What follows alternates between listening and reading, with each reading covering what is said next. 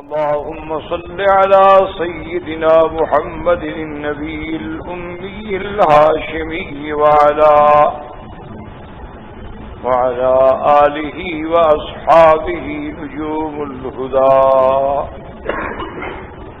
أما بعد فقد قال الله تبارك وتعالى في القرآن المجيد والفرقان الحميد: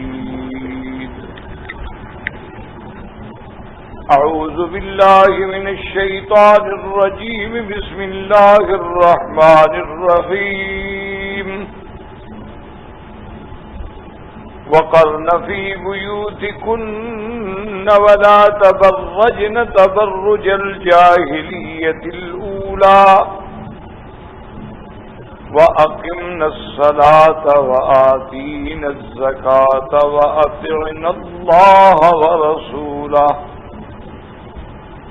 إنما يريد الله ليذهب عنكم الرجس أهل البيت إنما يريد الله ليذهب عنكم الرجس أهل البيت ويطهركم تطهيرا. واذكرن ما يتلى في بيوتكن من آيات الله والحكمة إن الله كان لطيفا خبيرا.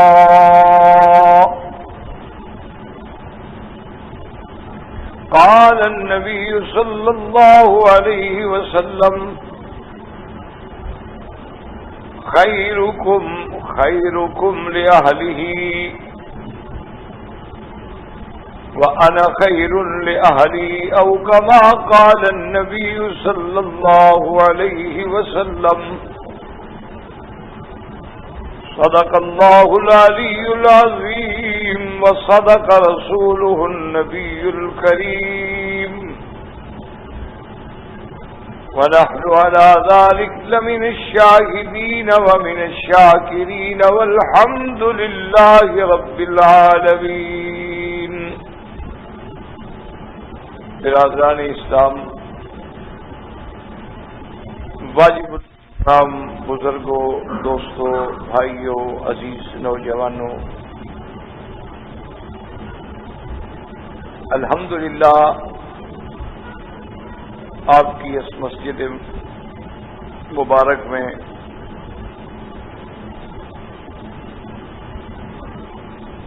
سلسلہ دروس شان امہات المؤمنین کے بارے میں ازواج رسول صلی اللہ علیہ وسلم کے بارے میں ہم نے کچھ باتیں عرض کی تھیں کہ اللہ تبارک و تعالی نے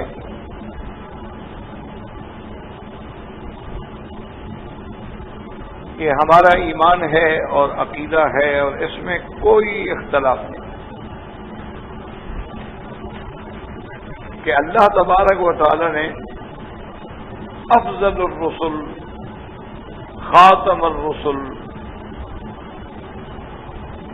امام الانبیاء والمرسلین، رحمت للعالمین سیدنا محمد مصطفیٰ صلی اللہ علیہ وسلم کو چن لیا. تمام انبیاء برحق ہیں، تمام رسول برحق ہیں، ان کی عظمت شان برحق ہے، لیکن سب سے افضل، سب سے اجمل، سب سے اکمل شریعت والے نبی جو ہیں وہ حضرت محمد مصطفیٰ صلی اللہ علیہ وسلم ہے. اس میں کسی کا بھی اختلاف نہیں ہے. کوئی یعنی ہر وہ انسان جو الحمدللہ کلمہ پڑھتا ہے وہ اس بات پہ اتفاق کرتا ہے کہ حضور صلی اللہ علیہ وسلم کو پورے عالم کے لیے بھیجا گیا، کسی خاص قوم کے لیے نہیں بھیجا گیا، کسی خاص علاقے کے لیے نہیں بھیجا گیا. تو اس میں یعنی یہ بالاتفاق بات ہے کہ آپ سب سے افضل ہیں، آپ تمام انبیاء اور رسولوں کے امام ہیں، آپ سید الاولین والآخرین ہیں. اور اس کو حضور صلی اللہ علیہ وسلم نے خود بھی فرمایا کہ اللہ نے مجھے چن لیا ہے،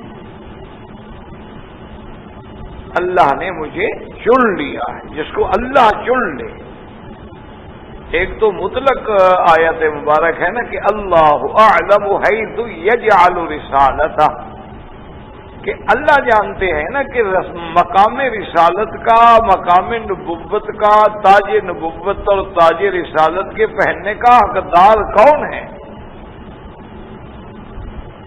تو جن کو اللہ نے رسول بنایا اللہ جانتے ہیں، اللہ اعلم. اسی طرح اللہ تبارک و تعالی نے موسیٰ علیہ السلام کے بارے میں فرمایا کہ موسیٰ علیہ السلام میں نے آپ کو چن لیا ہے، ان اصطفیتک علی الناس برسالتی، میں نے آپ کو اپنی رسالت اور اپنی کلام کے لیے چن لیا ہے. اسی طرح اللہ تبارک و تعالی نے بیوی مریم کو فرمایا. اسی طرح حضور صلی اللہ علیہ وسلم نے تو پھر اس کی بڑی تفصیل سے بیان فرمایا. آپ نے فرمایا کہ ان اللہ اصطفى کنانۃ من ولد اسماعیل، کہ اللہ نے اولاد اسماعیل میں سے کنانا کو چن لیا. واصطفى قریش من کنانہ، پھر اللہ نے قبیلہ قریش کو کنانا میں سے چن لیا.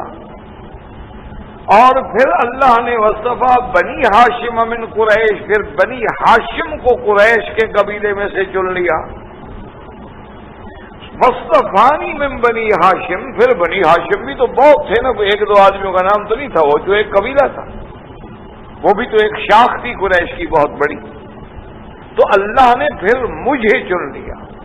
یعنی کتنا انتخاب در انتخاب در انتخاب در انتخاب، کہ اللہ تبارک و تعالی نے ولد اسماعیل میں سے اس قبیلے کو چنا، پھر قریش کو چنا، قریش سے بنو ہاشم کو چنا، بنو ہاشم میں سے بنی عبد المطلب کو چنا، اس میں سے اللہ نے محمد مصطفیٰ کو چنا صلی اللہ علیہ وعلی آلہ واصحابہ وسلم تسلیما کثیرا کثیرا. تو جب اتنا بڑا مقام ہو. اچھا، اسی طرح آپ دیکھیں گے پھر حضور نے اس کو مزید وضاحت کی. فرمایا ان اللہ اصطفانی، ایک روایت میں کہ ان اللہ اختارنی، کہ اللہ نے مجھے اختیار فرمایا، مجھے چن لیا. واختار لی صحابی، پھر اللہ نے میرے لیے میرے صحابہ بھی چن لیے، کہ جن کو میرا دوست بنانا تھا، جن کو میرا ساتھی بنانا تھا، ان کو بھی اللہ تبارک و تعالی نے چن لیا. فجعلہم انصاری و اصحاری، پھر ان صحابہ میں سے اللہ نے میرے معاون پیدا کیے، میرے مددگار پیدا کیے، ان میں میرے رشتہ دار پیدا کیے، کہ پھر میرے ان کے ساتھ رشتے ہوئے، میرے ان کے ساتھ تعلقات ہوئے، قرابت داری ہوئی. اسی سے حضور صلی اللہ علیہ وسلم نے بیٹیاں لی ہیں، کن کو آپ نے بیٹیاں دی ہیں. تو یہ سارا انتخاب جو ہے انتخاب الہی ہے، یہ سارا چناؤ جو ہے چناؤ الہی ہے. اور جس بات کو اللہ چن لیتے ہیں تو اللہ چونکہ علیم ہیں، اللہ چونکہ علام الغیوب ہیں، اللہ تبارک و تعالی کا علم محیط ہے، اس لیے اس چیز میں کبھی کوئی نقص نہیں ہو سکتا، کیونکہ چننے والی ذات ایسی پاک ہے کہ اس کے آگے کوئی چیز چھپی ہوئی نہیں. دیکھنا بڑے سے بڑا آدمی پڑھا لکھا ہو، لیکن اس کو پتہ نہیں کہ یہ چیز 2 سال کے بعد کیسے چلے گی، 3 سال کے بعد اس کا کیا حال ہوگا، کیونکہ وہ بیچارہ غیب تو جانتا نہیں. وہ تو حاضر کو دیکھے. اچھا، حاضر کے دیکھنے میں بھی کئی غلطیاں کر جائے گا انسان ہے، لیکن اللہ تو جانتے ہیں نا کہ یہ کل کیا ہوگا، مستقبل کیا ہوگا، ماضی کیا تھا، حال کیا ہے. اس کے سامنے تو سارے زمانے برابر، اس کے آگے تو کوئی چیز چھپی ہوئی ہے نہیں. تو اسی لیے اللہ نے پھر ازواج مطہرات امہات المؤمنین نساء النبی جو ہیں، اللہ نے ان کو بھی محمد مصطفیٰ کے لیے چن لیا. اللہ تبارک و تعالی نے ان کو بھی اتنا عظمت عطا فرمائی کہ سارے قرآن مبارک میں لفظ زوج کا اطلاق بھی ان پہ آیا، اور لفظ نساء النبی کا اطلاق بھی ان پہ آیا. یا نساء النبی، کہیں فرمایا کل ازواج کا، کہیں فرمایا کل ازواج کا و بنات کا، تو لفظ زوج جو ہے اس میں تماثل اور تشاکل جو ہے وہ اہل علم سمجھتے ہیں، ورنہ لفظ ہر جگہ اللہ نے قرآن میں امرأہ کا استعمال فرمایا ہے، تو یہ شان ازواج محمد مصطفیٰ تھی۔ اسی پہ ہم بات کر رہے تھے اور آیت تطہیر پر ہمارا درس۔ اللہ نے حکم دیا پیغمبر کی بیویوں کو کہ وقرن فی بیوتکن، لیکن ایک بات ہمیشہ یاد رکھیں کہ اسلوب قرآن ایسا ہے کہ اگر قرآن پاک کا حکم جو ہے وہ ایک خاص واقعے میں نازل ہو، یعنی ایک حادثہ پیش آیا، ایک واقعہ پیش آیا، لیکن وہ قانون پھر قیامت تک کے لیے بن جاتا ہے۔ جیسے مسئلہ زہار ہے، ایک صحابی کو واقعہ پیش آیا تو قرآن نازل ہوا۔ اسی طرح ابھی لبابہ کا واقعہ پیش آیا، اسی طرح اصحاب ثلاثہ جو تھے جب تبوک کی جنگ میں پیچھے رہ گئے اور لیٹ ہو گئے، غفلت ہو گئی، تساہل ہو گیا، حضور صلی اللہ علیہ وسلم نے ان سے مقاطعہ فرما لیا، پھر اللہ نے قرآن نازل فرمایا تو وہ اترا تو ان 3 صحابہ کے بارے میں تھا، لیکن حکم قیامت تک کے لیے۔ اسی لیے ہمیشہ یاد رکھیں، اس کو علماء اپنی اصطلاح میں کہتے ہیں کہ العبرۃ بعموم اللفظ لا بخصوص السبب، کہ عبرت جو ہے وہ عموم الفاظ سے ہو۔ اب اللہ فرماتے ہیں یا ایھا الذین آمنوا، تو حضور کے زمانے میں تو آمنوا صحابہ تھے اور تو کوئی تھا ہی نہیں، لیکن حکم جو ہے وہ قیامت تک ایمان لانے والوں کو شامل ہو۔ اسی لیے اللہ تبارک و تعالی نے جہاں جہاں بھی احکام نازل فرمائے ہیں تو اس لیے ہمیشہ یاد رکھیں کہ اللہ نے حضور کی بیویوں کو حکم دیا کہ اپنے گھروں کے اندر استقرار پکڑیں، اپنے گھروں سے بغیر ضرورت کے نہ نکلیں، اور اگر اپنے گھروں سے نکلیں تو تبرج جاہلیت سے بچیں۔ بظاہر یہ خطاب حضور کی بیویوں کو ہے، لیکن یہ خطاب جو ہے عام ہے قیامت تک ہر مسلمان عورت کے لیے، کہ جب اللہ کے نبی کی بیویاں جو پاک ہیں، گھرانہ پاک ہے، وہ شہر پاک ہے، وہ زمانہ پاک ہے، وہ اللہ کا پیغمبر پاک ہے، جب اتنی طہارت کے باوجود اللہ فرماتا ہے کہ گھر سے باہر نہ نکلیں، تو کسی اور کو بلا ضرورت گھر سے باہر نکلنے کی اجازت کیسے ہو سکتی ہے کہ وہ سیر کے لیے جائیں، وہ تفریح کے لیے جائیں، اور وہ شاپنگ کے لیے نکلیں، وہ بیچ پہ جائیں، وہ بلا وجہ بازاروں میں پھریں، وہ کلبوں کی جا کے ممبر بنے، وہ سوشل ورک کے نام پہ جا کے نعوذ باللہ باہر پھرتی رہے۔ اسلام ان باتوں کی اجازت نہیں دیتا۔ اور باقی یہ کہنا یہ ایک بڑی جہالت ہوتی ہے، بڑی یعنی اللہ کے دین سے دوری کا نتیجہ ہوتا ہے کہ دیکھیں جی جب ہم عورت کو آزادی نہیں دیں گے، جب ہم عورت کو مرد کے برابر نہیں لائیں گے، جب عورت میدان میں آ کے کام نہیں کرے گی تو ترقی کیسے ہوگی؟ تو یہ محض الزامات ہیں، یہ محض الزامات ہیں جن کے اندر کوئی حقیقت نہیں ہے۔ آپ اسلام کا دور سنہری دور دیکھ لیں، حضور صلی اللہ علیہ وسلم کا دور دیکھ لیں، سیدنا صدیق، سیدنا فاروق، سیدنا عثمان، سیدنا علی، سیدنا حسن رضوان اللہ علیہم اجمعین، کہ ان کے دور میں اسلام جو تھا ماشاءاللہ مدینہ منورہ سے چل کے چین تک پہنچ گیا، اسپانیہ تک پہنچ گیا، 80 لاکھ مربع میل پہ پرچم لہرا گیا، تو اس میں کون سی عورتیں تھیں جی؟ کون سی عورتیں آزادی تھی اور کون سی عورتیں برابر کا کام کرتی تھیں اس لیے ترقی ہو گئی؟ یہ تو بہت یعنی توہمات ہیں اور شبہات ہیں، محض وساوس ہیں ہمیں دین سے دور کرنے کے لیے۔ اور کبھی یہ کہہ دیتے ہیں کہ دیکھو جی یہ تو حضور کی بیویوں کے لیے حکم تھا، بھئی ہماری بیٹیاں، ہماری بہنیں حضور صلی اللہ علیہ وسلم کے ازواج کی شان کا مقابلہ کر سکتی ہیں، تو اس کا مطلب یہ ہوا کہ پھر نماز کا حکم بھی ان کے لیے تھا۔ ہماری نماز جب ان جیسی نہیں ہو سکتی تو ہم نماز بھی نہ پڑھیں، کیونکہ اقمنا الصلاۃ وآتینا الزکوٰۃ یہ سارا حکم تو اسی آیت میں کھڑا ہے۔ پھر اس کا مطلب ہے کہ نماز پڑھنے کا حکم بھی صرف حضور کی بیویوں کو تھا، زکوٰۃ دینے کا حکم بھی پھر حضور کی بیویوں کو تھا۔ تو یہ محض ایک ایسی منطق ہے جس کا عقل سے یا حقیقت سے کوئی تعلق نہیں۔ اچھا، اسی طرح ہمارے جو آزادی پسند لوگ ہیں جن کو آج کل آزادی نسواں پر بڑا زبردست شوق ہے کہ اللہ تبارک و تعالی رحم فرمائے. بہرحال اس میں آزادی تو رہی ہے، نسواں باقی نہیں رہا، باقی سب کچھ رہا ہے. اللہ کا شکر ہے، آزادی تو ہے لیکن نسواں نہیں رہا، کیونکہ نسواں ہوتا تو پھر پتہ نہیں آزادی نہ ہوتی.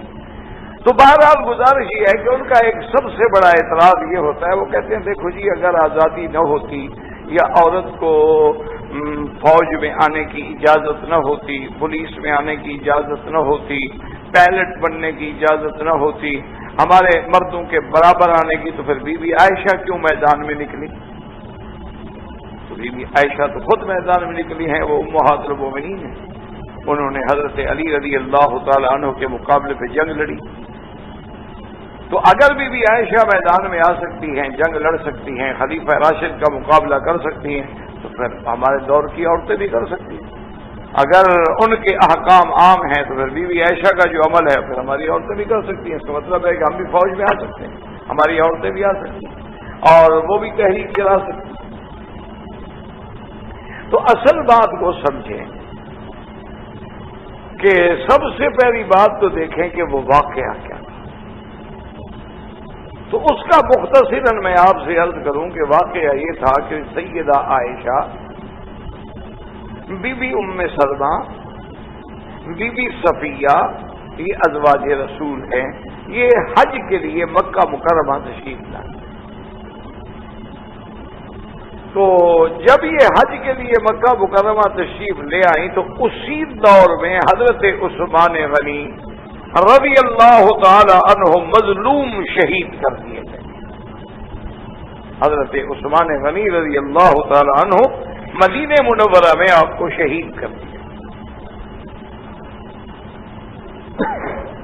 جب حضرت عثمان غنی رضی اللہ تعالی عنہ شہید ہو گئے اور ان کے بعد خلافت کی بیعت جو ہے وہ سیدنا علی رضی اللہ تعالی عنہ کے ہاتھ پہ ہو گئی، تو وہ قاتلان عثمان جو تھے، یعنی وہ جماعت جنہوں نے سیدنا عثمان رضی اللہ تعالی عنہ کو شہید کیا، سب سے پہلے انہوں نے بڑھ کے بیعت کی حضرت علی کے ہاتھ پہ. حضرت علی رضی اللہ تعالی عنہ کے ہاتھ پہ بیعت ہو گئی. اور اسی دور میں ان لوگوں کو حضرت عثمان کے قتل کے خلاف روکنے والوں میں حضرت علی بھی تھے، حضرت طلحہ بھی تھے، حضرت زبیر بھی تھے، نعمان ابن بشیر بھی تھے، کعب ابن عجرہ بھی تھے. یہ وہ لوگ تھے جو ان کو روکتے رہے کہ خدا کا خوف کرو، خلیفہ وقت کو بلا وجہ مظلوم شہید کر رہے ہو. اگر تمہیں کوئی غلط فہمی ہو گئی ہے تو اس کا اشارہ کرو. لیکن انہوں نے نہ سنا، چونکہ وہ تو عبداللہ ابن سبا کی تحریک کے شکار ہو چکے تھے، یہودیت کے جال میں پھنس چکے تھے، اور یہودیت کا جال اتنا خطرناک ہوتا ہے کہ اس سے نکلنا پھر ہر آدمی کے بس کی بات نہیں ہوتی. تو بہرحال یہ ہوا کہ جب حضرت عثمان شہید ہو گئے، بی بی عائشہ، ام سلمہ، بی بی صفیہ مکے میں تھی. ان کو مکے میں خبر پہنچی کہ حضرت عثمان شہید ہو. اسی دور میں حضرت طلحہ، حضرت زبیر، ان کو بھی خطرہ ہو گیا کہ کہیں قاتلان عثمان ہمیں بھی شہید نہ کر دیں. تو یہ حضرات جو تھے، حضرت طلحہ، حضرت زبیر، حضرت نعمان ابن بشیر، کعب ابن عجرہ، یہ وہاں سے چلے اور مکہ آ گئے. مکہ پہنچنے کے بعد انہوں نے بی بی عائشہ سے ملاقات کی اور انہوں نے کہا کہ حالات بہت خراب ہو گئے.